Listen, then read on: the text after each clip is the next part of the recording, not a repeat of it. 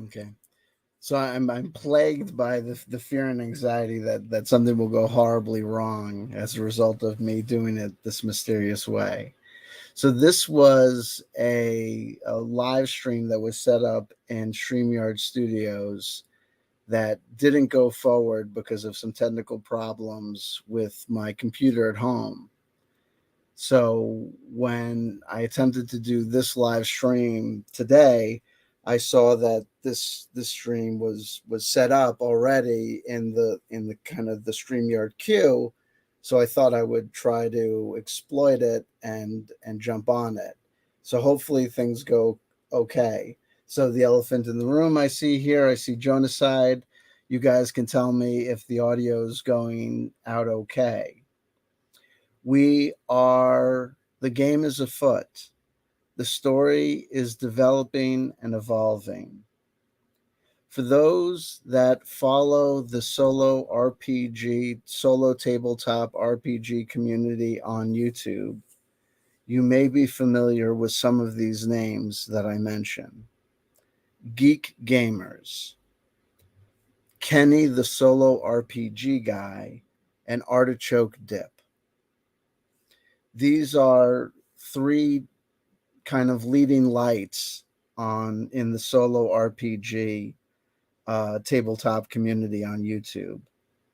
And an interesting question arose because Artichoke Dip and Kenny the Solo RPG Guy, who are kind of both very kind of what I would consider kind of very salt of the earth kind of guys, kind of very rough and tumble kind of good old boys. I think you kind of could consider them without being too pejorative about it.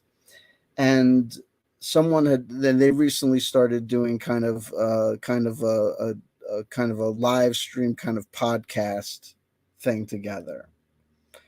And someone brought up to them a point made by Geek Gamers, who is a different sort of gal. She is an East Coast New Yorker, and she's more of a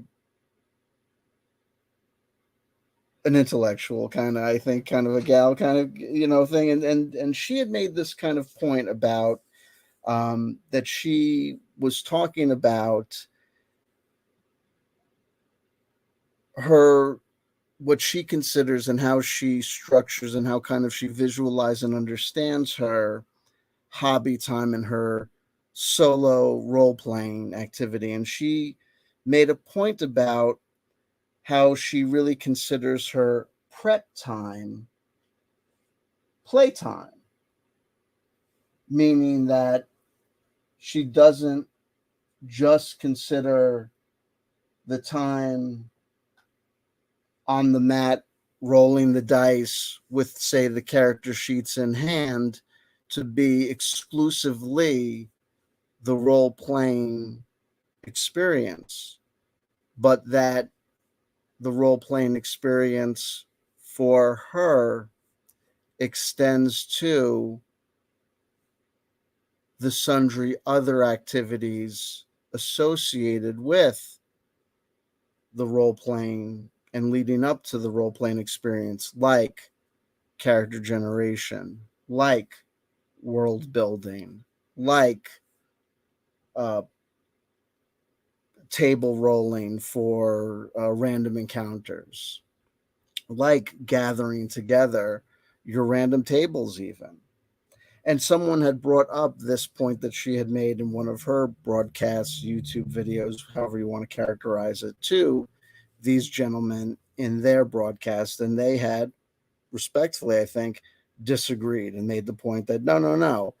Playtime, prep time is prep time, and playtime and gaming time and role playing is role playing time. And I just wanted to maybe make a point here and say, well, number one, it's horses for courses. It's people. However, people understand these activities and these experiences differently. Some people get into prep and can really jazz out on prep and really get into that, from the realm of people that get into marathon running, people that get into any sort of sport or activity. There are people that can get into the lifestyle around things, and they can get into that just as much as they can get into any other aspect of the culture or the primary aspects of a hobby or activity. And that can be just as much of it to them. And there are people that consider those people maybe not getting it or whatever. But and there for other people that just will have a much more narrow constraint of what the game is, or what things mean to them. But the point that I wanted to make is this has to do with a little bit more to do with a concept of reframing, and and I want to say hi to Charles Williamson in the live chat. Also, the concept of mental health when it comes to activities and hobbies, especially these activities and hobbies that we do for recreation and to let off steam and for enjoyment.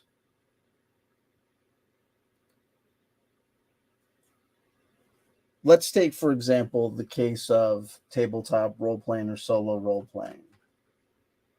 Let's say, for example, that I am looking to get X amount of enjoyment out of tabletop role playing, solo role playing in a week to offset X amount of bullcrap that I got to deal with. We say hello to Tim Frey as well.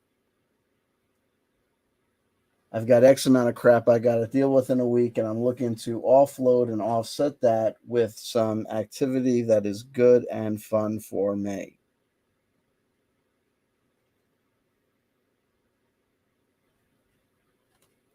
Now, if I know that this activity is going to involve X amount of prep, X amount of this, X amount of that, there's a lot of different ways that I can approach it. I might sit down on a Friday night and say, okay, well, here's finally my Friday night. And finally, now's my time and my experience and my opportunity to do what I want to do. If I'm fixated on the fact that my solo role playing fun is confined to those moments that are me, my guy, immersed in that dungeon experience, rolling that D20, rolling those double D6s, wondering for that rando enemy encounter, whatever. And everything else is means to an end, ancillary, just getting there, things I got to do to get to that space. Well, then maybe I'm pissed off when I got to take extra time to look for that extra book. Or I'm pissed off because I start this solo game book for Tunnels and Trolls, but I find that, geez, someone ripped out page number 93 and I just can't get that encounter. Or I realize that I actually did this one already, or for some other reason, this is just not scratching the itch. Or I just can't find the right book. Or for some other reason, it just doesn't come together. I may set myself up for frustration, or I may set myself up for upset, or I may set myself up for, if I'm spending 45 minutes getting into that prep, and then all of a sudden the phone rings and mi abuela needs me to take her to the hospital, or someone else needs something, or I get interrupted some other way and something else happens, or I get a splitting headache and I cannot game. Now I'm going to sit there, may think to myself, or maybe tempted to think to myself, my night is blown and I haven't been able to get this release. I haven't been able to enjoy my activity. I haven't been able to game. But if, on the other hand, I've built into my point of view and my perspective that all activities associated with my love and life of solo RPGing or RPGing in general are part and parcel of this glorious activity and hobby, if I've learned to gamify and understand as gamified the prep,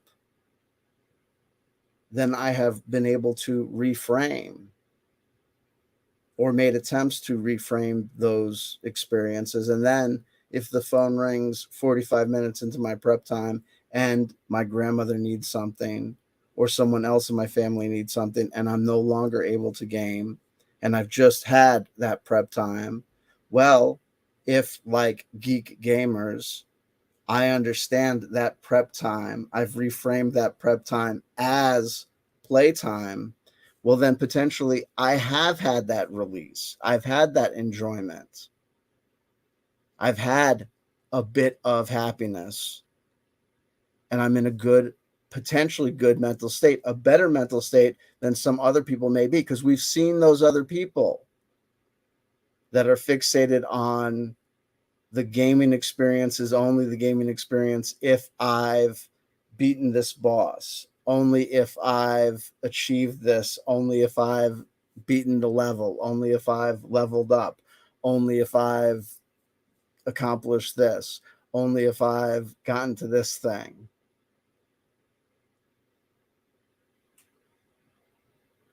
Yo, man, we went to the party. We had a good time. So what? Yo, we had to leave early, but yo, man, I didn't see Bad Boy Bill, man. All I wanted to see was I went there to see Bad Boy Bill. Yo, man, we didn't see Bad Boy Bill, but man, we saw this.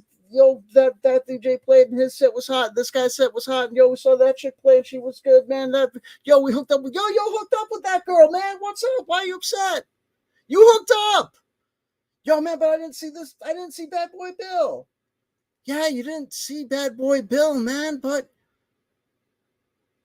you hooked up with the chick. You saw Dale dropped his drawers and Donald ducked across the dance floor. What? Yo, the night was hot. What are you crazy, man? You know, what are you fixated on? And how are you free framing and looking at your night? And how are you seeing things? And how are you seeing the world? So it's not to say that I think that Artichoke Dip or Kane the Solo RPG Guy were wrong when they said that no, role playing is role playing and prep time is prep time. It's just saying, hey, that geek gamer's perspective, that prep time is playtime, may have a value to it that people may want to think about. Also, people think about things differently, and I definitely think about things differently. And I think that people are going to think about my conception of solo role playing a little bit differently. So where are we? Where have we been? And where are we going? And what's going on? When we last left, we were talking about basically central casting. We were talking about casting our crew. We had gone and our concept of our solo Mork Borg playthrough, playing the rules of Mork Borg, but playing them in the context of the dungeon construction and world construction, world rules of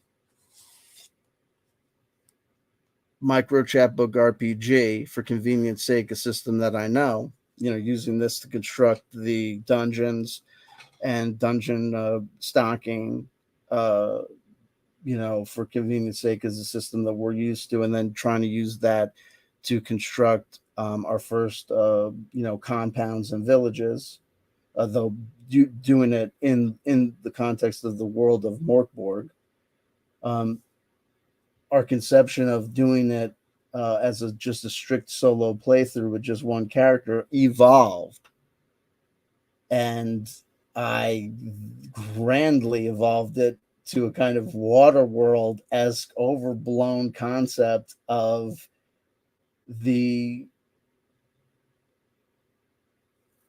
a court in exile representing the Tarot, the basic, the almost the like a royal court of the Tarot in exile in the realm of the land of Morkborg. And I had settled upon visualizing this group of individuals with these small scale Fortnite figures. And actually, there's a new gal that you'll see with us that I'll explain. Our crew has gone from a tight group of 5. They've now expanded to a small group of 7, and I'll explain how. Though I don't think they'll all play at the same time. We were originally conceiving of having this individual stand in, though he is an off scale, out of scale figure for our Fortnite figures. We were hoping that he was going to serve as our occult herbalist. I, over time, felt as though his scale was not going to work, and I have done more work with tarot cards that has given me more insight into these individuals and their characteristics. Our occult herb master is actually female. This is actually another male character, another Fortnite character made by a different company, but because it's more diminutive in stature, I believe it will be easier for us to visualize and see it as a female. And we'll introduce these characters, and I'm going to show you the tarot spreads that gave me more insight into their activities and their behaviors. And so what I'll do today is I'm kind of just going to basically go through the material that I have with you, and I'm going to discuss with you what I think is already me playing, and what is already this role play already occurring. Basically what has happened is we have character sheets. I generated, there's a random character generator app that's available online from Mork Borg. I had used it on previous occasions to generate umpteen characters. So I knew what classes of characters I was looking for. So I went through these previously printed out characters, and I had selected them. Examples of each character type we needed. I then went through and made adjustments, but we'll go through these things in time, and we'll talk about them, and we'll talk about how the story is already developing, how things are already moving forward, people already have names, and the cards already are indicating to us where the stories are going. In the realm of tabletop role playing and solo role playing, there are established techniques for how people operate without a GM or DM, without a game master or dungeon master, usually with the use of oracles, tables or charts that can be rolled on with a dice, or randomly selected from, to generate either something as simple as a yes/no response or a kind of magic 8-ball response to generate the kind of feedback that normally one would get from a dungeon master. Obviously, I've been able to do this so far just using tarot cards. And I will show you the spreads that I kind of naturally generated, and we'll talk about how things are kind of evolving so far, and hopefully we'll get somewhere.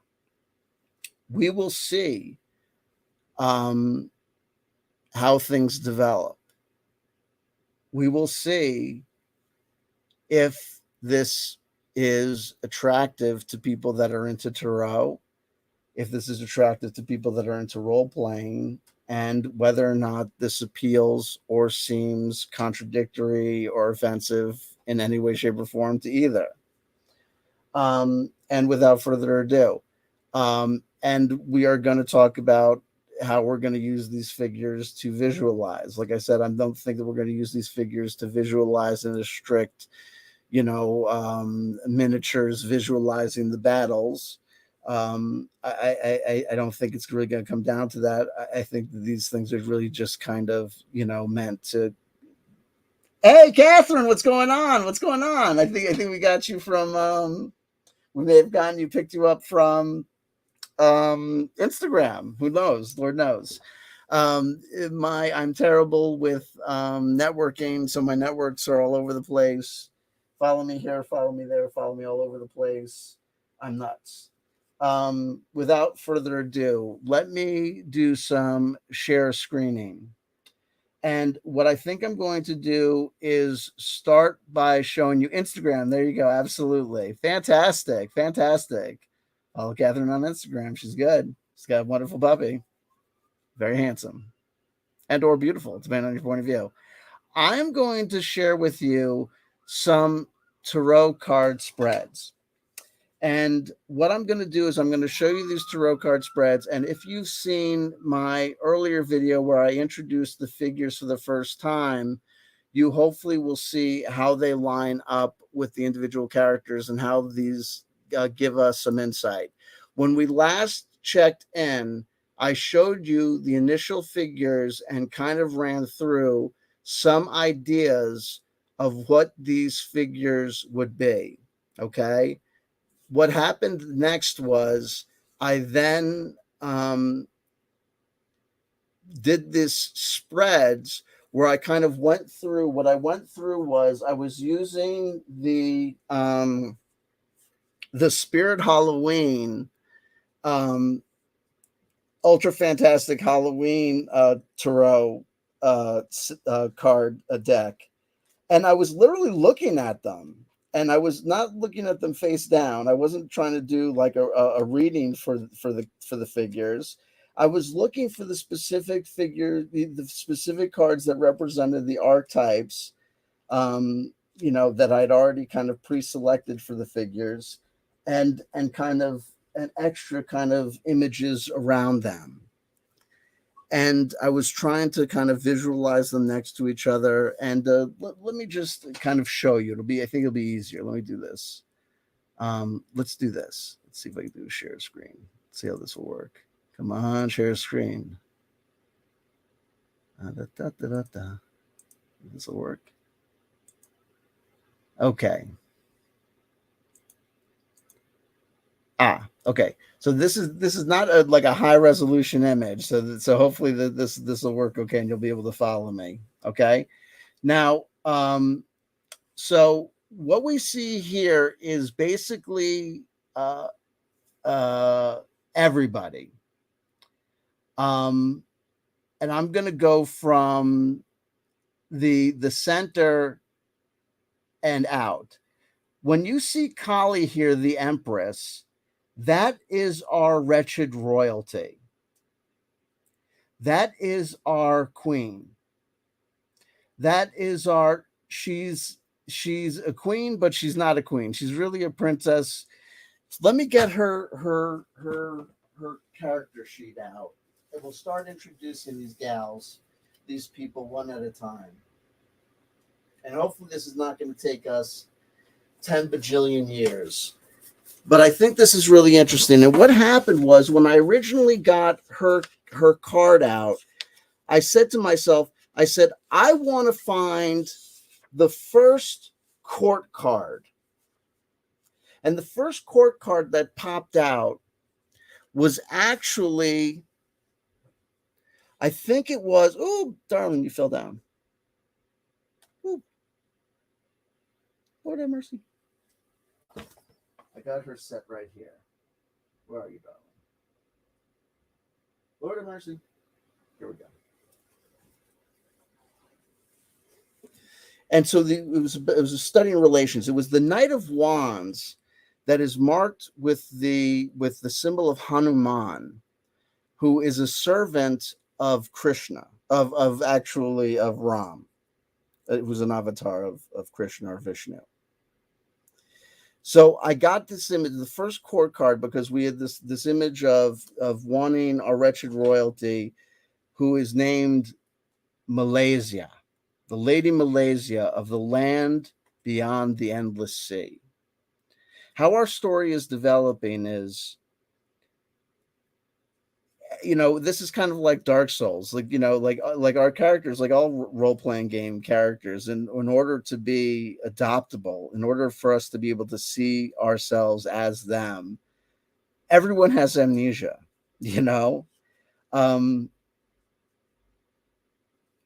Mork, the land, is a continent unto itself, surrounded by something called the endless sea.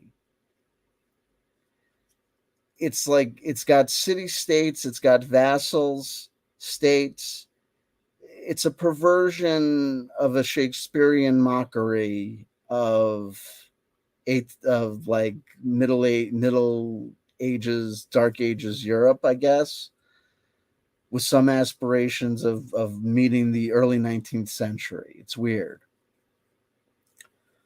Our court is not from Morkborg. They are refugees trapped in Morkborg. There's some fluff that's generated when you generate characters randomly, and I took some of this language. It originally said things were going so well until the southern empire of Sludgen sank into the sea. And I changed that and I said things were going so well until that's this is all of our people, our communities, empire disappeared into the sea. Essentially, our storyline is that at some point, and our characters don't really know, they must have been like on some sort of, like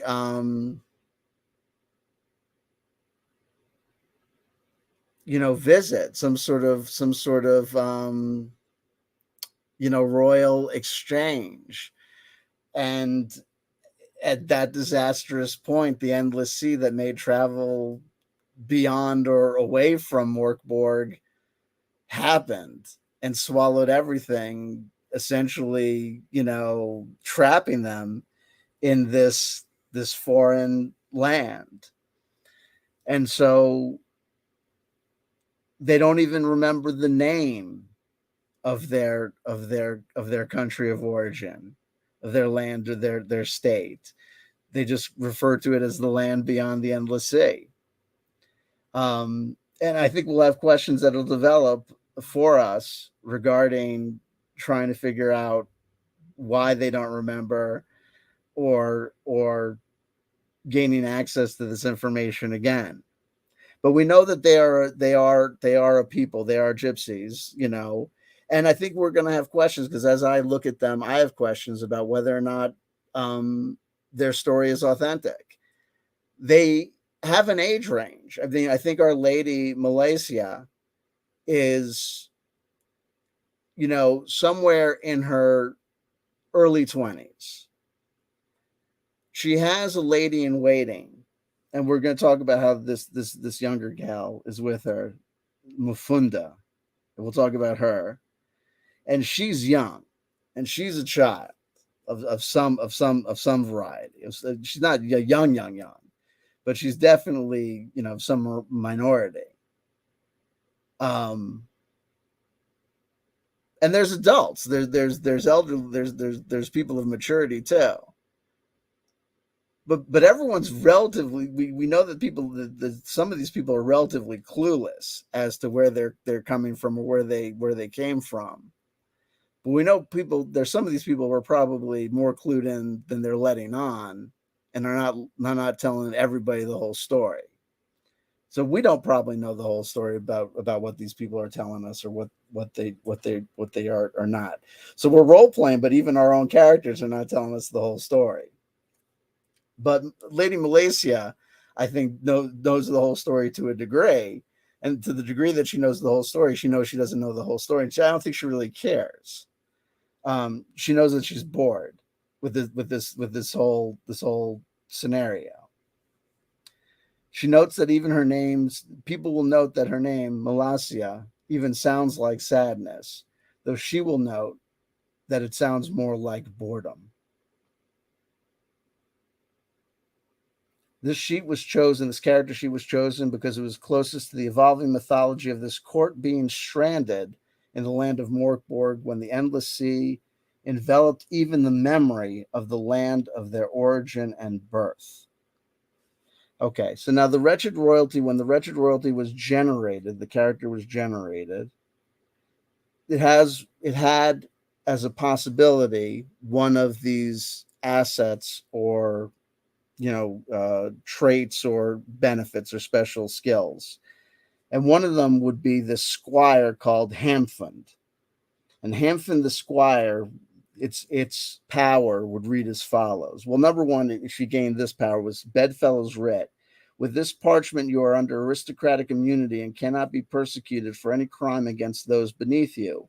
Only nobles and other aristocrats will respect this decree unless you succeed a DR14 presence test. Don't worry about the technicalities of the test.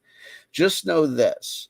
So we know this, that Malaysia knows that she's got this writ. She knows that she's royalty, and she knows she has these documents, and she knows that she's got the accoutrement of royalty, and she knows that other royals will respect it, but that she doesn't really understand what these papers mean. She knows what they do, but she doesn't, her eyes glaze over when she actually reads the titles. Her eyes glaze over when she actually starts to read the words.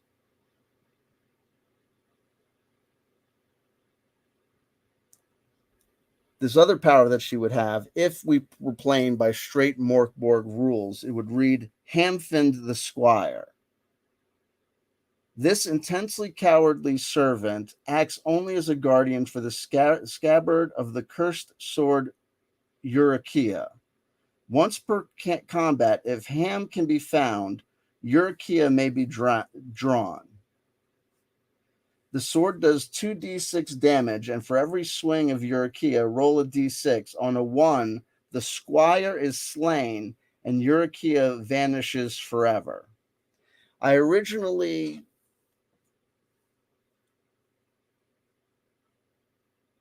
crossed it out. So what I wanted to do with preserving this notion of having the court be the tarot, I said, well, this is just too good an opportunity to have pages represented, because a squire is a page by any other name.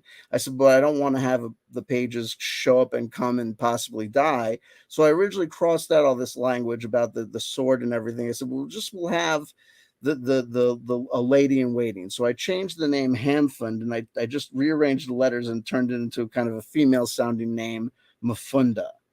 I had a Mega Constructs character, 2 Mega Constructs figures, one for Evelyn and one for Daenerys Targaryen, and I kind of combined them. See if I can see this. Into this one. Hold on. Because if here's our queen, I mean our little ice queen, our little Lady Malaysia, then because I thought the little Evelyn headdress was kind of similar getup, and the stature made her a good kind of child size. So then I thought, let's take out that language. And then I thought, no, the squire's a page by any other name. And I thought, well, I like this, and I like even the notion of having this squire thing. I said, but forget this. I said, look, kids can't die at my table. I said, I know I'm not the world's greatest, most experienced role player. I collect these books for many more years than I actually played these games. I said, but I'm not having a kid die. And I thought all sorts of different ways. I said, well, you can make the gal 18 and then have her die. I said, I'm not doing this. I said, the kid's a kid. Kids can't die. So here's the deal. And if people don't like the way I play Mork Borg, you can, what you can do is you can eat shit and die. That's what you can do. You can eat shit and die. So there are these rules here for what happens when a character hits 0 HP. When a character hits 0 HP, they're broken. And when they're broken, they would roll a d4. And on roll a d4, they would either fall unconscious for d4 rounds and then awaken with d4 hit points. On a 2, they would roll a d6. They could have these bad things, and they would have a hemorrhage, and they'd do all the then they would be dead. Well, look, the bottom line is this, is we're not going to have the little gal die. So we're going to do the thing where if she brings out the sword, I don't think, what I think is going to happen is this, is that what we crossed out most of the languages, put intensely cowardly servant. we're probably not going to have her bring the sword that many times. But if she does have to bring out the sword, we'll still do the 1 out of 6 thing. And if she gets hit with the sword, what we'll do is we'll just have her get knocked unconscious, and we'll just say that she can't bring out the sword again for the day, and she has to go back and get better. But we're not going to have a little kid get killed.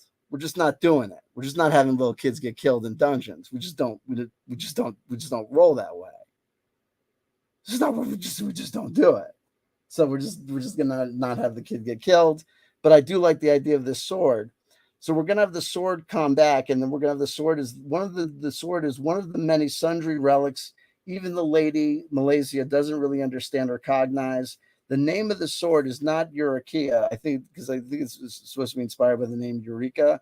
It's called For Your Information, The Gospel According to Floyd. Don't ask me why. Okay. So we're going to have little stats for Mafunda, but Mafunda is not going to need to fight anything. We'll need stats for her as far as, needed to take into consideration if anything needs to, like, if anything needs to take, like, dead ass aim at her, like if someone tries to catch her, get her or something, like shoot at her or whatever. But I don't think that we're going to try and be like putting her in danger or anything. It's primarily we're using her as a foil to try and get new information as a page. Like I said, primarily we're interested in her as an ability to represent the pages. Also, this world of Mork is intensely, intensely, intensely dark. I like to protest the dark sometimes. And I think that it's important. There's a great line in a song by Leonard Cohen, right? There's a crack in everything. That's how the light gets in. Mafunda is a little crack, right? To have a child present, to have a page present in our community of players is to have a symbolic representation of the possibility of new life. It's to have the symbolic representation of new growth. It's to have a reminder that even in the realm of gothic darkness, life and love still finds a way. There's going to be a new generation. There's going to be a story after. I think that's something that I want to have present with us. Anyway, so Mafunda is an aspect and an avatar and a page of the Lady Malasia. The Lady Malasia is ruthless and prone to substance abuse. She's covered in, for some, blasphemous tattoos. She's bored with this world. It is a boredom that she shares with another character that we're going to meet, the Fanged Deserter Warrior, that we will meet shortly, but wherever. And then I'll talk about later on. I'm going to aggregate everybody's and collect everybody's weapons and money together. That doesn't really matter. Anyway, let me do this. Let me go back to sharing the screen. I will go back to the tarot cards for a second and show you this. Okay. So what you see here in this arrangement is this. The Hanuman card you'll see underneath. So the first card that I pulled, that I looked at for Lady Malaysia, was the Hanuman card, because I wanted to see, I said, let me find the first card that is a court card. And I found the Knight of Wands, emblazoned with Hanuman, the servant of Ram, the avatar of Vishnu. And so it's a knight, which immediately made me think of our warrior Well, when we last spoke, I was thinking I didn't know if I was going to have the Fang Deserter be our warrior, or if I was going to go with a downstepped. What am I doing here? Gutterborn Scum.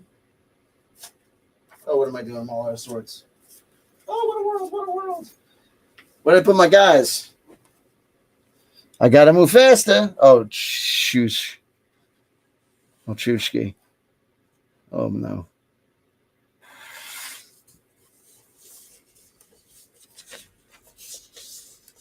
This is going to take me 10,000 years.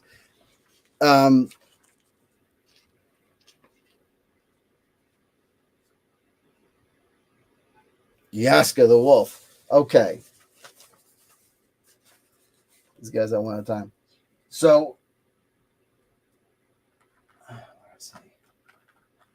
The best way to introduce these people.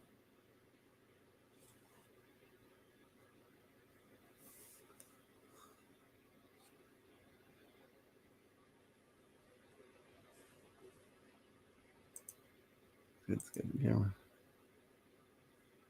Doesn't matter. Okay. So I immediately thought of the Fang Deserter, the Yaska, eventually we're going to end up calling Yaska the Wolf. Very interesting person. Wait do you see how he evolved? And so I immediately started looking and thinking of him and looking for cards for him. And what immediately then jumped out was another card jumped out of the deck, and that was the Ace of Swords. And of course, I was like, well, a knight has a sword, and the Ace of Swords is emblazoned with the image of the Aztec god Quetzalcoatl. And I immediately thought of, well, Hanuman and Quetzalcoatl are both gods that are animals as well. I then pulled a magician card that is marked with a warlock. And I thought this is so interesting. I said, because the Fanged Deserter is marked by an inability to understand scrolls, which are the source of magical powers. The Fanged Deserter, by default, is illiterate and doesn't speak scrolls. But our Fanged Deserter has a special gift. His special gift is a gray matter crown. This always sticky circlet has seen many a scholar king's brain sprayed across its thorny rim. Wearing it grants +1 presence and allows the comprehension of scrolls. I did not select this, though I selected this randomly generated character out of a selection of 4 or 5 of them. Manimal Magician. This character wants to be a magician. He wants to be an intellectual. He wants to be a wizard. He needs his special crown to do so.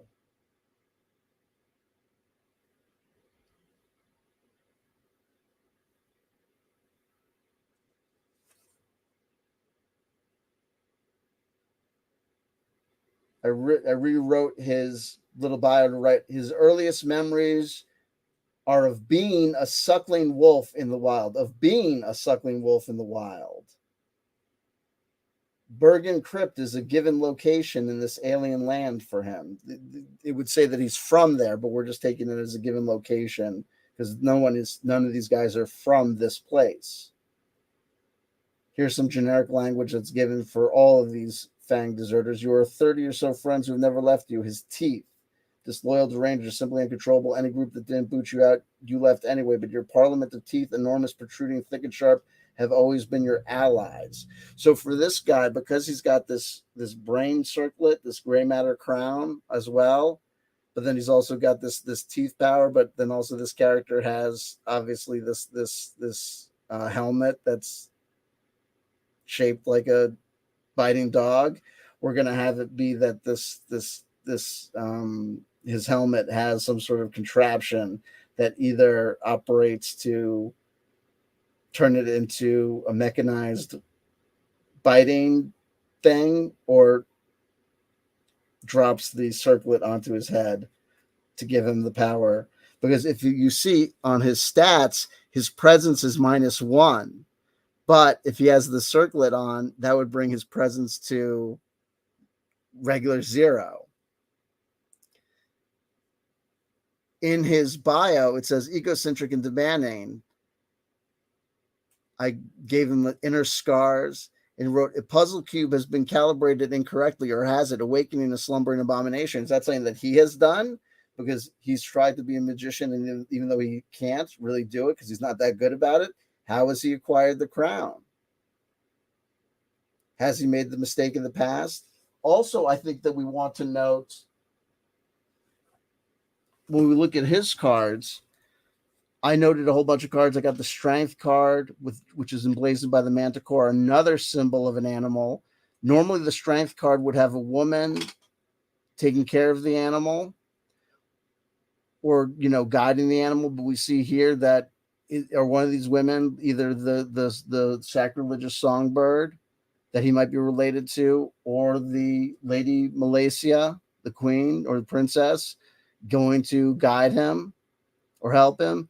We also got the chariot here in this deck, symbolized by the centaur, another powerful image of man and animal fused.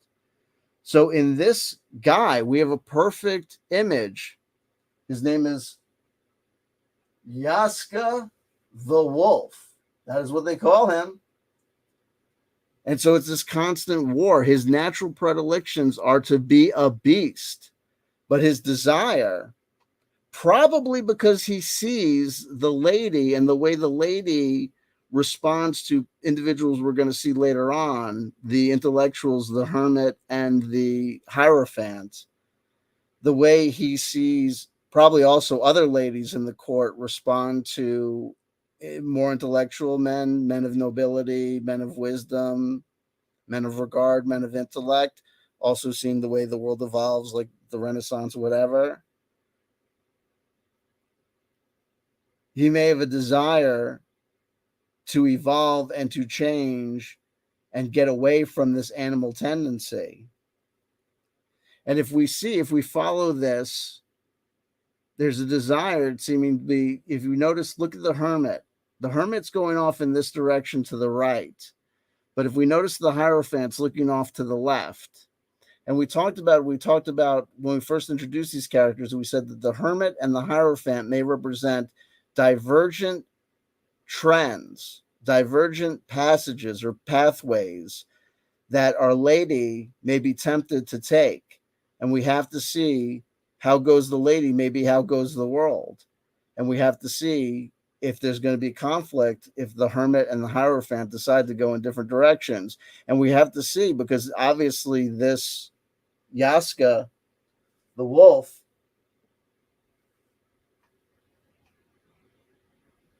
is going to be looking, if he hasn't identified already, one of these men potentially as his mentor, as far as magic or making change in accordance with one's will. We noticed that he has had his bio indicates that he had said so there was something that happened with him in the Bergen Crypt. And that may be where, we don't know whether they're going towards the Bergen Crypt or whatever. But I think what we're going to see has happened is that the hermit and him, probably there was something going on, and we're going to look at geographical region in the map at some point probably. These guys were probably up to something involving magic and some sort of quest in the southwest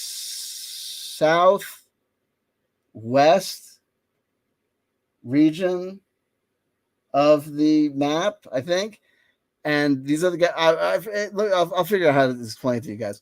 Anyway, these and the hierophant and the alchemist were split up. And I think that when we're going to pick up the tale is everyone has had to come back together because of to gather around the lady.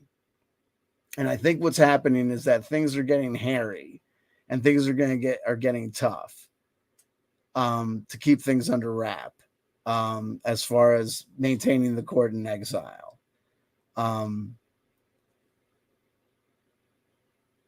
The hermit stands by himself. We only have one card for the hermit. It's just the hermit, the Yeti, just going by himself. When it came time for temperance, I got first, when I was going through the cards, I got the 7 of Wands, which has the mummy wrapped up. And that immediately struck me because we originally had the Scarecrow from Imagine X for the Batman guy as our person. But that was fine because even separating it out and putting it in, I knew we had someone under wraps. So when I found Temperance the Sea Nymph, I thought to myself, oh my. And I knew immediately, I said, underneath all those wraps, even if we stick with this bulky Scarecrow, we got a woman. We have a crone. We don't have another elderly male. We don't have another old magic user. Our occult herb master is a female. Marquette. Probably in the mid-60s. We have her represented here by this Scarecrow figure. Hopefully no one has any problems with that. So she's going to arrive on the scene from the ruins of the Shadow King's manse. That was a previous location that she was off camera. She's an inferiority complex and sloppy, though she might not show it or try not to. She moves when nobody sees. She's a sleepwalker. She's not very strong. And she's going to produce stuff for us. She's symbolic of temperance. But she's our older crone, so she represents some female wisdom, and I think that's good that she's above here. The devil and these cards, a lot of these cards here are really flavor cards for the High Priestess card. And the High Priestess, let me get the Hierophant is the Hierophant. He's here.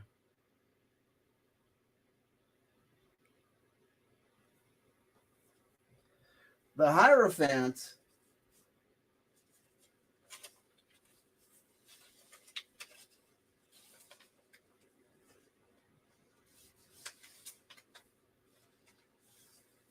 is based on heretical priest class. Okay. Now hold on to your horses because this guy's name is a mouthful. Okay. His full name is the Pious Reverend Trintabor Tototan, but everyone just calls him Father Ton. This guy is probably, suspicious and aggravated, suffers from nerve damage. I believe this man is a liar. Okay? He's kind of like a pope in exile. He's kind of like, you ever hear about this concept of wandering bishops? We say hello to Rugged Source. Here we go. Rugged Source says, I got 3 Mork Borg books and the main Vassin book to start off and figure out what you're doing. Now, listen, I'm going to tell you something. I am going to have a new look. Okay, now I'm going to tell you something, folks. I'm going to interrupt things for 2 seconds. It took me a long time to work through this. I almost got so pissed at Juicy J. Juicy J, it was innocent. I accept that Juicy J thought it was innocent. Juicy J obviously thought it was funny to make a joke that he had ordered the Micro Chapbook RPG Deluxe Core Rulebook or whatever. You know, When I found out that he finally was joking about it, I got really pissed. I almost, I, Christ is my witness. I almost banned him from Six Ways. I almost banned him on every channel known to man. I almost swore to God that I was going to ban him for everything, forever. So like I'm telling people, like be very careful, like if like to joke with me, like don't like if you see me, if you make a joke and then you see me like go along with the joke and like fall for it, like be careful, like don't let me fall for a joke 3 times without telling me that like you joked about it, like whatever. But I think you'll be happy with your purchases, whatever. So anyway, I don't know if this guy's like he's got the secrets or whatever. He's a community leader, it's the Hierophant. He's just had some prior business in Graventosk, see above, and that would place him near the Herb Master. I think he's a relationship to and or working on or with the Songbird, and let's and I'll tell you why. So here's the, oh shoot, sorry about that, buddy. Oh my god, I knocked over everybody. Jeez Louise. Yikes.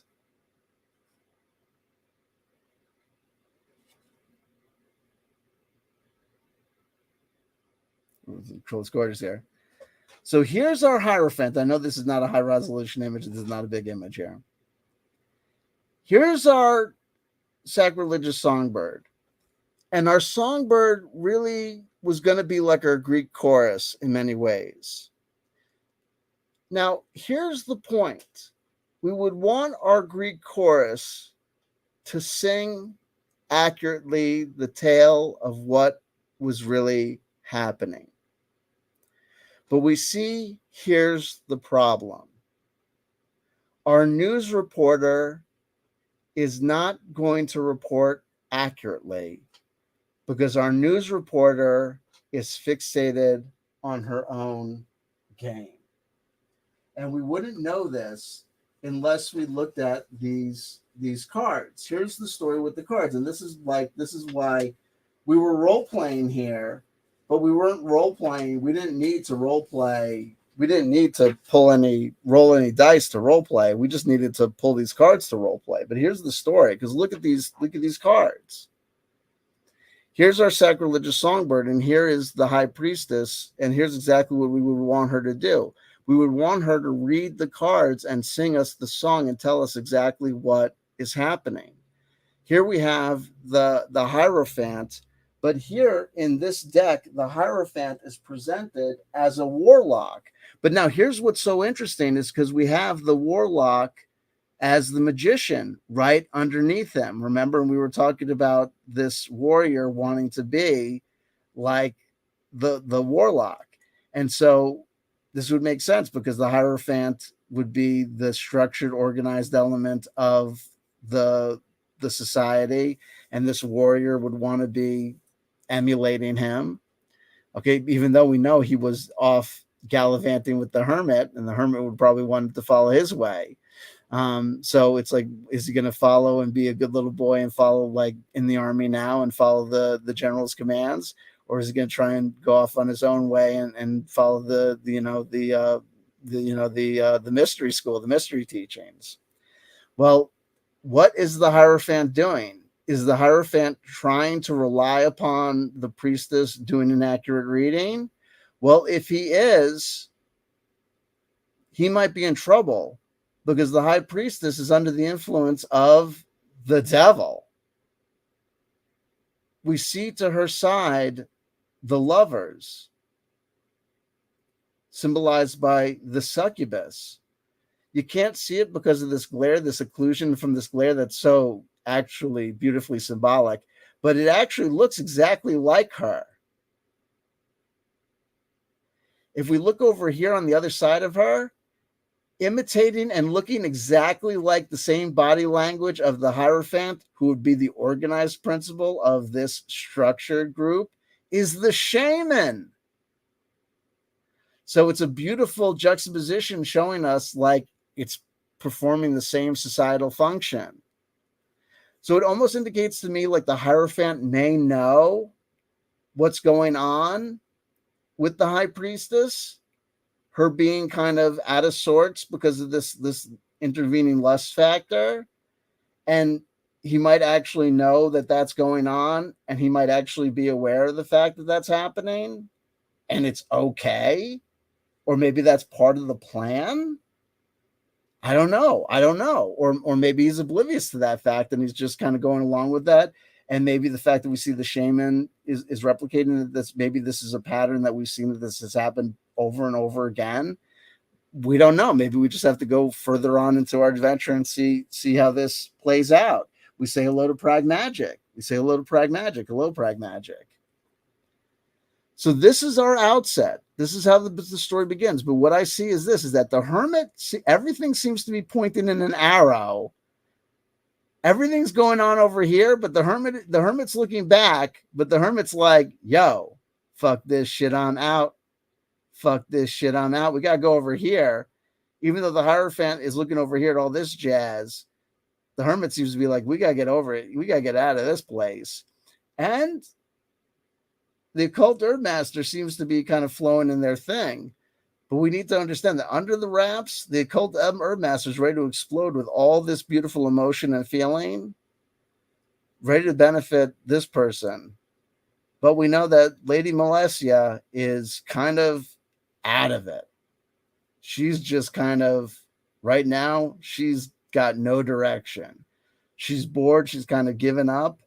And this is kind of what she really needs to be. Her friend is kind of more jealous than anything else. Because let's check out the sacrilegious songboard. It's kind of set up that she kind of sold her soul. Her name is Svedna. We changed her name a little. We added a little to it. A deal was struck minutes from death. Whatever. She's obsessed with money. She's short-sighted and gloomy, and she feels painfully average. You want to take a look at Svedna? This is what she looks like.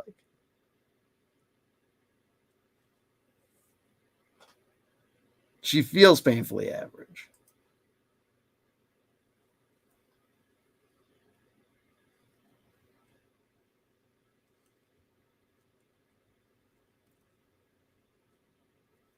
Now, these characters aren't like really representational. I would say that, look, I mean, I'm going to make a call and say this, is that we're going to say that the Lady Malesia is probably like a hard 8.5, right? She's like, without a doubt, she's like going to be like a fox. But we're going to give it to Svedna and say that like Svedna's like a 7. Like, there's no doubt that this, like, that any sort of conception that Svedna has is that she's like a zilch is like, you know, is nonsensical. It's a personal fixation, but a personal fixation can ruin your life.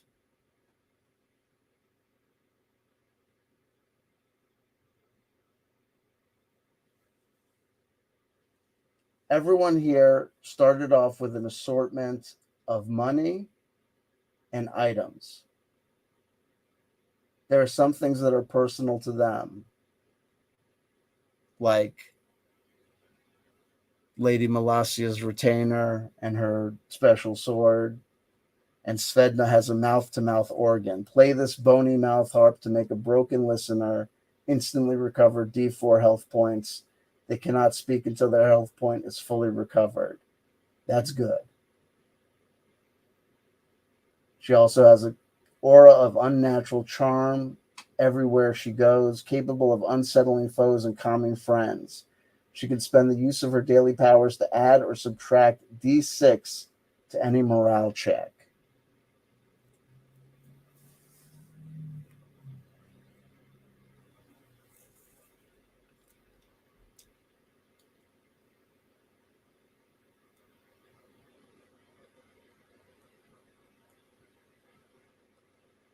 We don't know how this playthrough is going to play out, but I can tell you I'm interested.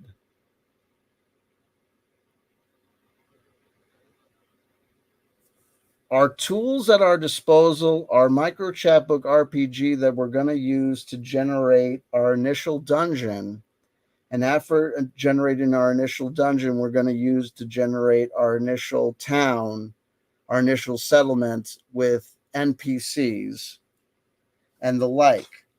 It also will provide us with some general rules to be able to, hire some people. I also have additional solo rules that are specific for Mork Borg that we may use to spot weld Microchapbook RPG when we find that Microchapbook RPG does not work. We want to get as much Mork Borg as possible. And we don't want the Microchapbook RPG to skew it. We want to proceed, and we don't want to endlessly pause waiting for perfection. Tippy Teotig, the perfect is the enemy of the good.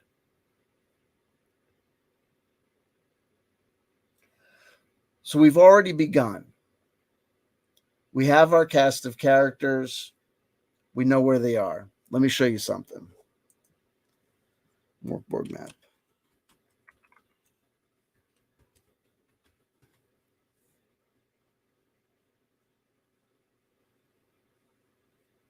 Where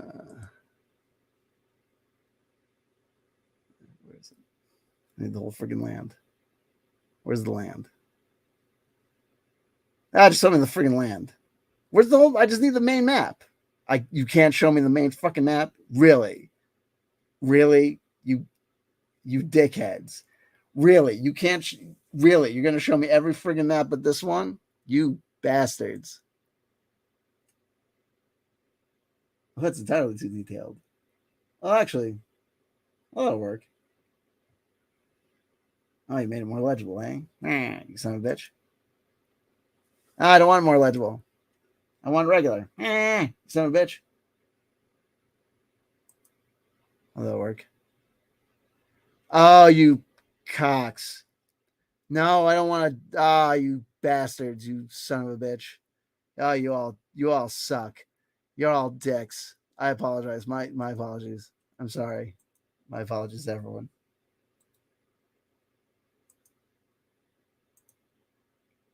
Yeah, you fuck with me, I fuck with you, you bastards. Yeah, you son of a bitch. Okay. I'll just open a new tab. Yeah, you bastard. Yeah, you shithead. Fuck your mom. Sorry, I apologize. Give me a free map. I'll show you. You son of a bitch. Okay, here we go. Share screen. All right. Okay. So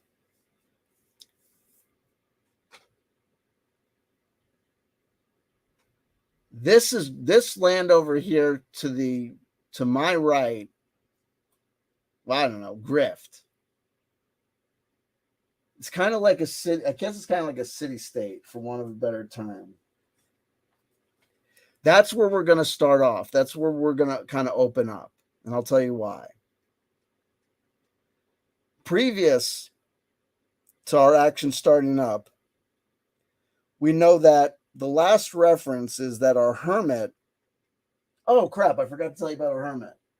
Our hermit's name is this. Our hermit has the funniest name. Our hermit's great. Hold on.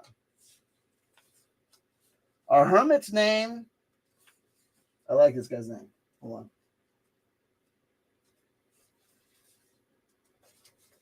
Oh, it's going to be such a pain in the ass when these guys die. That's really going to suck. That's going to blow. Our hermit's name is Schmick. Schmick. Like Mick, but with a schma. He is not really funny. Well, he's kind of funny, I guess. He's short-sighted and abrasive. His face is covered. I think he's a pyromancer. They call him a pyromaniac, but I think he's really a pyromancer. He's an obvious caster. So it seems that Yaska the wolf would have real attraction to him, though it looks like he would have a relation to the Hierophant, but it looks like the geography, it would make sense for that it is blah, blah, blah, blah. Oh, also, this esoteric hermit is an initiate of the initiative of Invisible College. It's a fact known to everyone in the group. Everyone in the group knows that this esoteric hermit is a member of a secret society, but what they don't know is he's a member of another secret society. Nah. Okay. So before the action that we see happens, what's going to happen before we begin is everyone's been kind of rebrought together. Okay. And everyone's been kind of rebrought together in Grift. And what has kind of initially happened prior to that is that in Grift, the three girls, Lady Malasia, her lady in waiting, I'm forgetting how to pronounce her name. Sorry, lady. Grab a Mafunda, who has the thickest accent of all of them. The youngest gal, she's got to be like 15 if she's at 13, between 13 and 15 maybe. She's got the thickest accent of all of them, and that's a big concern. Everyone's concerned that Mafunda's accent is going to give everyone away because no one in Morkborg has an accent really, because everyone's kind of native. I mean, people have accents from the different regions, but no one has an accent from elsewhere because there's no real elsewhere.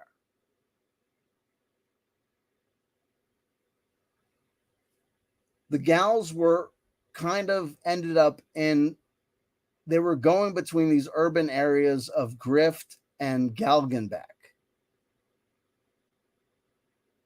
And that's because the lady would prefer urban kind of areas because of her, just kind of her nature. And it's easier to kind of keep her and the kid in like kind of behind locked doors if they would have their druthers. The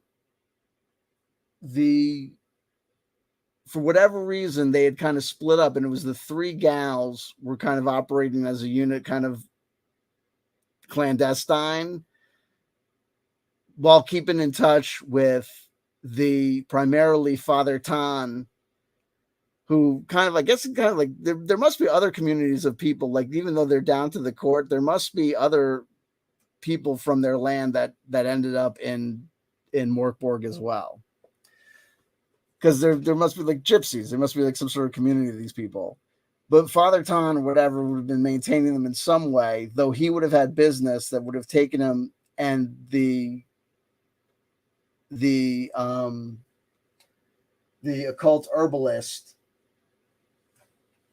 Markat into this neighboring region. The occult herbalist would have been up around here near the city that's over Graventosk. And I believe the heretical priest, the heretical priest would have been near Graventosk. And the occult herb master,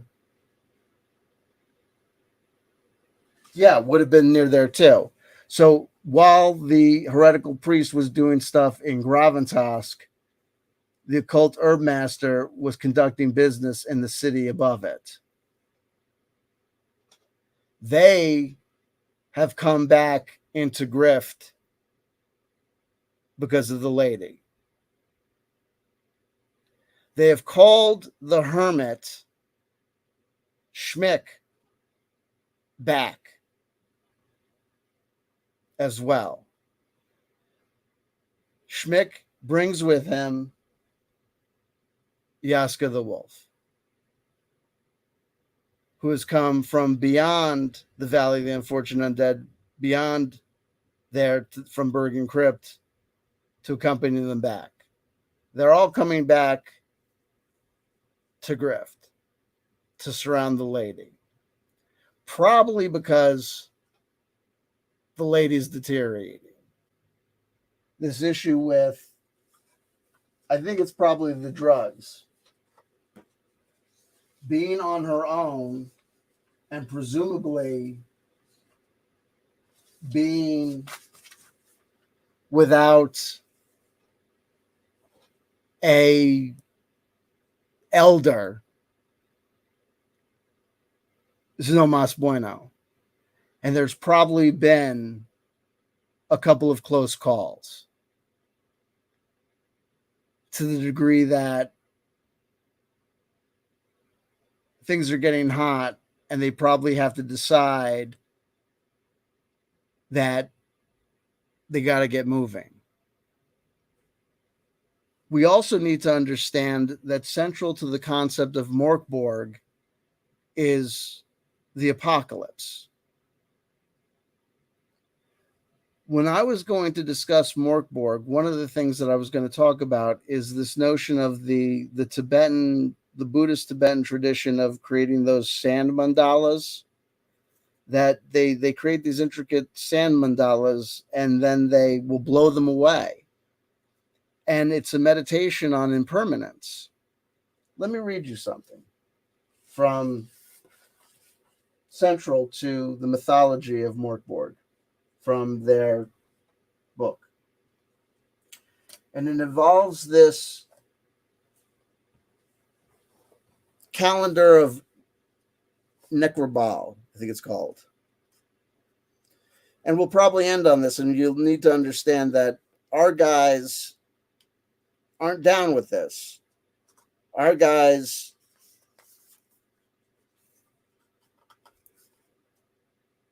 I think our guys are like, our guys might be our citizens might be Christian or some sort of Gnostic. I don't know. Here we go.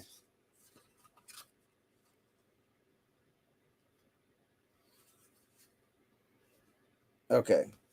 The wind from the west, from the sundered land, rot rides it, and the stench of blood. Cursed walker, will you travel there? Go to the valley of the unfortunate undead. Our young ones are taken by the child thief Turgal, known for his vile crimes and the alchemy of flesh. Distances shift, paths between places warp, as if this pale, lightless world possessed a will and bitter life, its mercy curdled to wrath over a too long age. Who are you?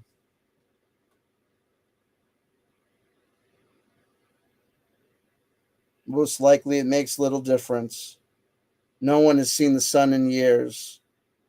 The old care more for sacrifice and God offerings than their bawling spawn. Doomsayers are proved right time and again and embraced by hidden powers. Maybe it's best to surrender, to trust your own instinct and to skill rather than the whim of the dice, before it's all drowned in welcome silence, life locked and failing in a dark fort. So Armageddon is, the apocalypse is coming, and we are going to roll for the apocalypse. We roll dice to determine when the world is going to end. And where is this? Here we go. The calendar of Narkerbal. The world trembles. One can feel it in ways sharp and subtle, mysterious and clear. One by one, inevitable events demand their place. Illustrating this, the game master rolls a die each dawn. A result of one activates one misery. The die used is determined by the GM and the group. The GM then rolls D66 to determine which misery occurs. The same misery will not befall the world twice. So there's only X number of miseries that can occur, and when the final misery occurs, the world ends. The seventh misery will always be 7-7, and the world finally dies. The seventh seal is broken for the seventh and final time. The game and in your lives end here. Burn the book. So this game of Mork has an inevitable end. Unlike, say, Dungeons and Dragons 5th edition, where your guy or your gal can obtain immortality and play in perpetuity, or your game of Elder Scrolls Oblivion or whatever that can go on for 100 300 bajillion hours, Mork Borg will end. And it may very well be the case that these guys know we got to get out of this place. This is not our land, but these guys have done something horrible, and this place is going to the shitter. And they want to pull their tarot cards, and they want to get the fuck out. And they want to figure out whatever the fuck they have to figure out, and they want to play whatever cards they have to play, and they want to roll whatever dice they have to roll, and they want to clear whatever dungeon they have to clear.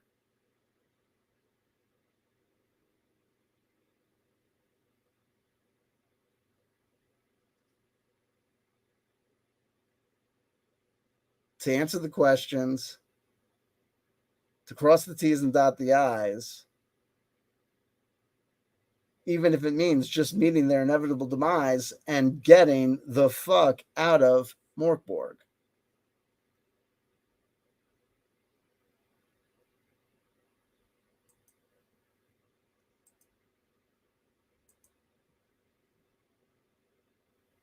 That's the theory. That's the idea. That is the setup for the playthrough. That is the setup for the show.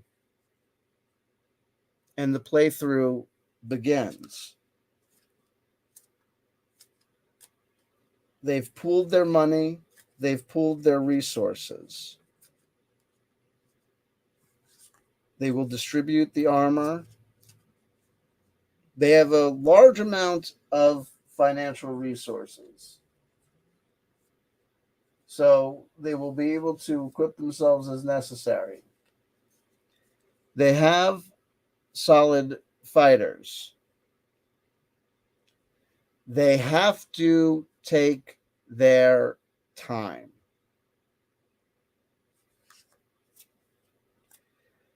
And we have to know and understand, because I'm not playing with the GM, with the Dungeon Master, I don't have the benefit of playing pre-existing kind of modules with a kind of built-in narrative structure.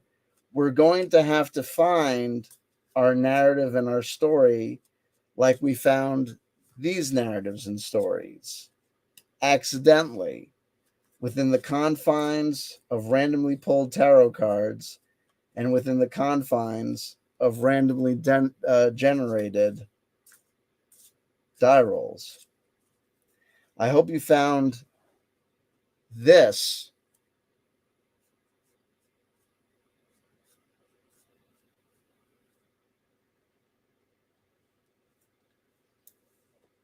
video interesting enough.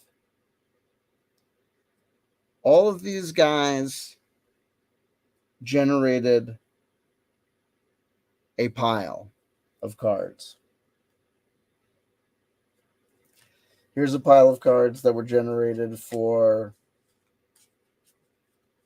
let me do it like this. Get all my guys up. Whoop. Here you come with me.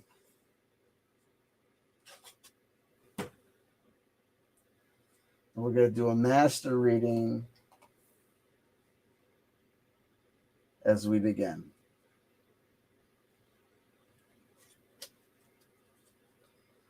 So I've got the cards in my hands that were the cards that were pulled for the relationship between, that were for Lady Malaysia. Keep on pronouncing her name a little bit differently. We'll find her name.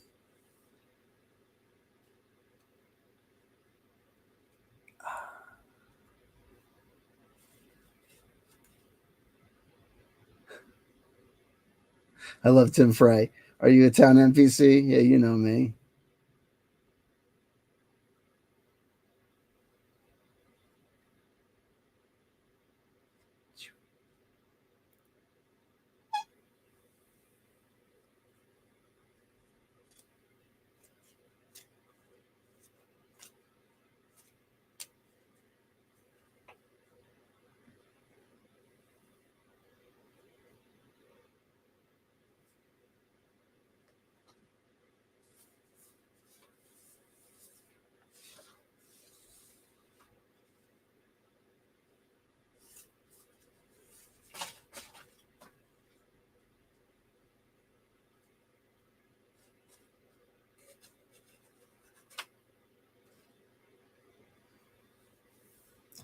So we'll put a card between each person. So there'll be a card for each relationship.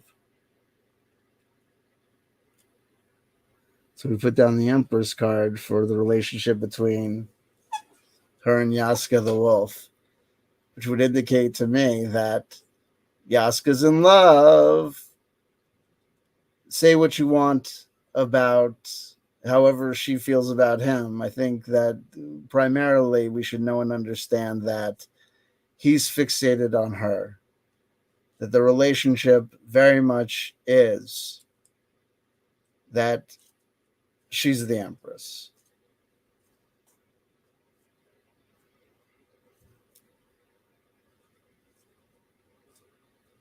And that is the way that it should be.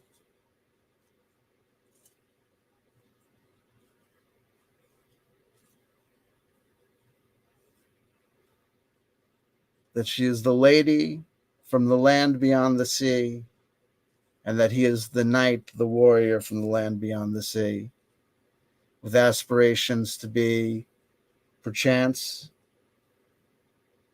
the king from the land beyond the sea.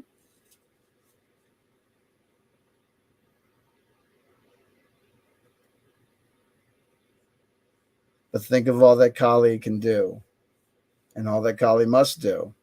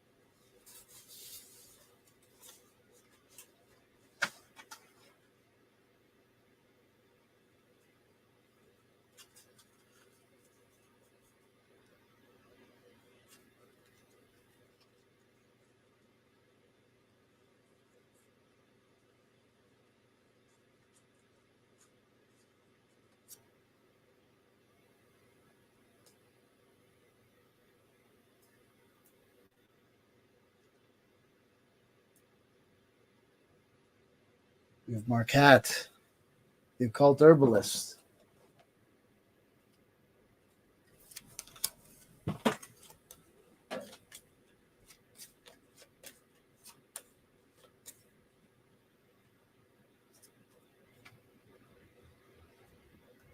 I'll take her two cards and I'll put them in the cards with that we had for Yaska and Malasia.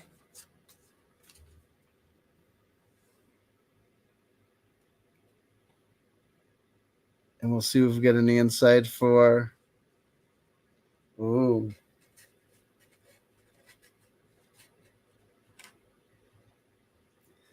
Ace of Swords, Quetzalcoatl. Well, we have Ancient Wisdom. Maybe it's an understanding. Maybe it's an understanding that Mercat understands Yaska the wolf in the simplest ways possible.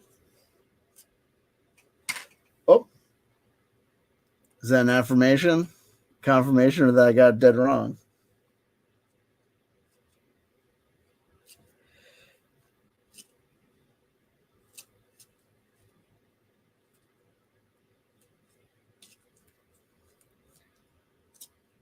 Or it could be an understanding that they have similarities.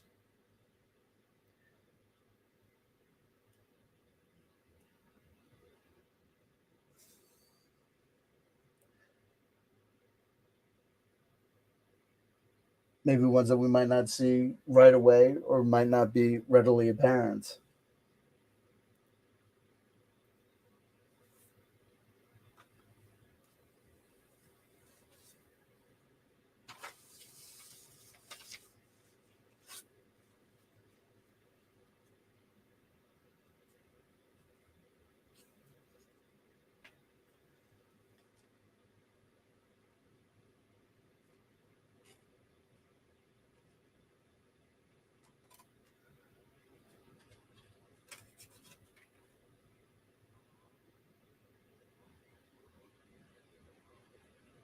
Svedna, the sacrilegious songbird.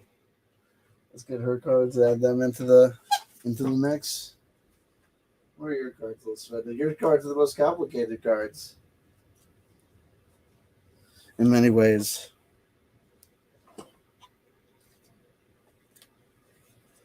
If that crazy devil, she's Svedna's going to be problematic. I think that's well, it's Svedna, maybe the most problematic, but she might be also the catalyst.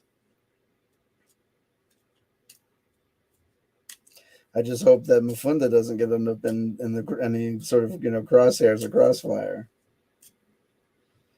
And all these people have to be related in some way. It's like the country crossfire cousin lines must be nuts.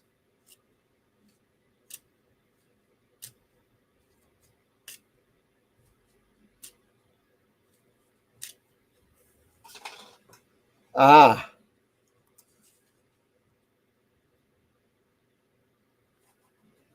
Seven of Wands. The mummy. I want my mummy. The sevens are always troublesome. Sevens. Powerful but unstable. Zeus, Hera, gods, but anthropomorphic gods. So full of foible, so full of fallibility, so prone to go wrong.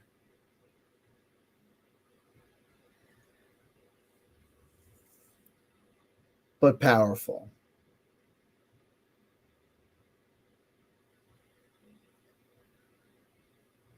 But for me, I can't help but notice here that we've got a problematic number here with a very, very powerful suit. And the fact that we have it under wraps here, I feel as though, it is an indication that we've got something that's going to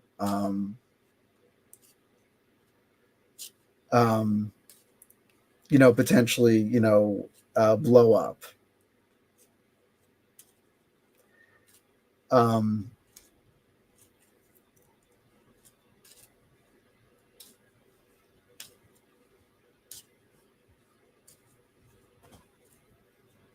Or be like overly protected,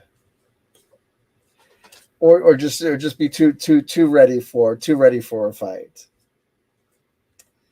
Though this is or might also have to do sometimes when I see the Seven of Wands, I often think of cycles of abuse. They come up too.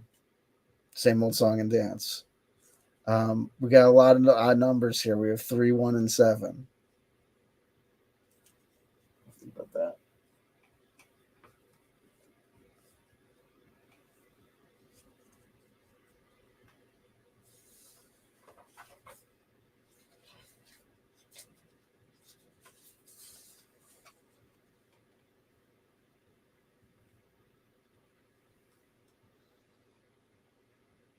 And following on our sacrilegious songbird, we have our heretical priest. And I'm interested in that because I know that our heretical priest, I have suspicions that our heretical priest has got, I don't think he's got designs on our sacrilegious songbird. But there's something going on. I don't think it's of appearing interest, but I think that there's an activity there.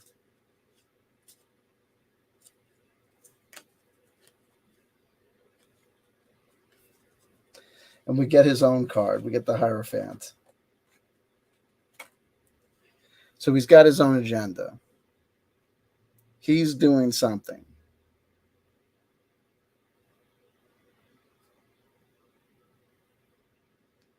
And she might be aware of it.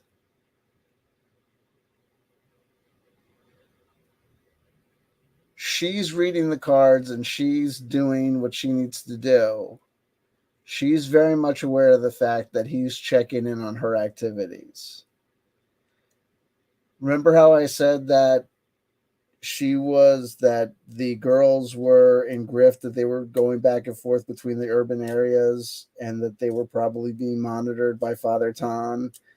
It's more likely than not that Father Tom that Svedna was probably the port of contact.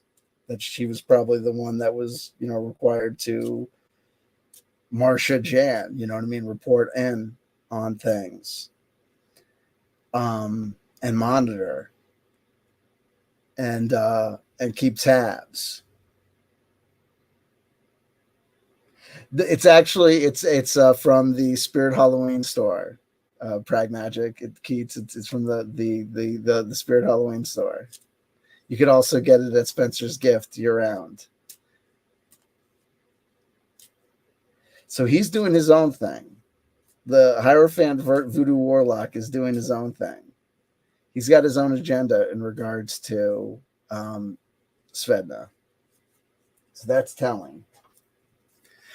And last but not least, and what I think is very interesting, is that we've got an illustration here. We're going to be able to get some insight into, because our follow-up is to see a relationship between Father Tan and Schmick, the hermit,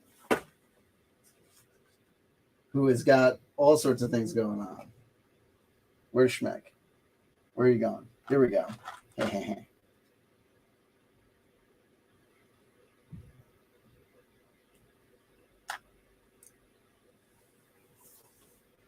And notice how much these two look like each other. These two guys have got something going on. Whoop. They got it going on. Oh, come on. Meanwhile, I deserve an award. I'm like getting these guys to stand up on like the most uneven of surfaces. Like, who does this? Like, come on now.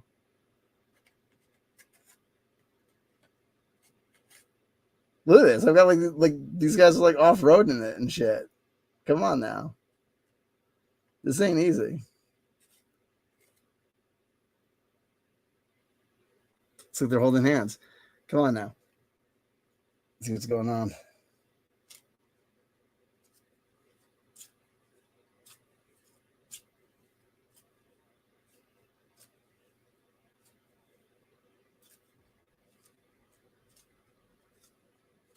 Ah. And we got Temperance. We got the sea nymph. Look at that. We got Temperance. What's the relationship? They're trying to work it out. We got to find that balance between the organization of organized religion and the free and easy way of the hermit's own way. Maybe it's as easy as that. Who knows? Who knows? It's a rich tapestry. Is it solo role playing or is it tarot card reading? I don't know. You tell me. I'm having the time of my life. I think it's role playing. I think it's role playing. We haven't even got to the dungeon yet. And Mafunda's like, yo, all I know is this is I'm scared as shit. I'm a kid. Get me the fuck out of here. What is this shit, man? Come on now. The fuck? I'm like 13 the fuck years old. What the fuck, man? Come on, get me the fuck out of here. I should be in school. Some bullshit.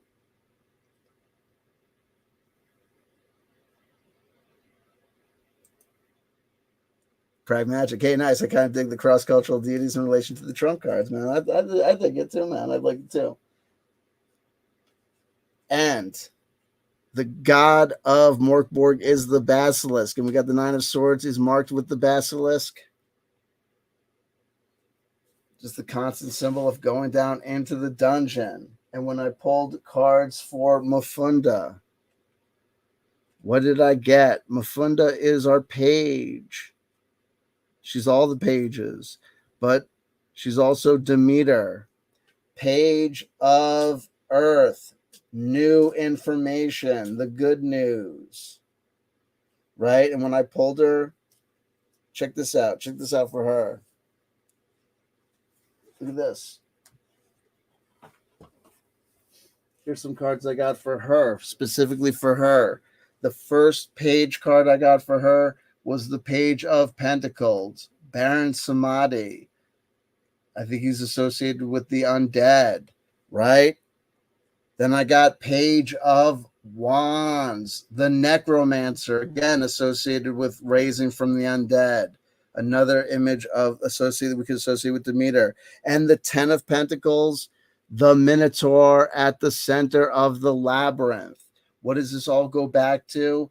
The center of the labyrinth, and the basilisk is at the center of the labyrinth in the Nine of Swords.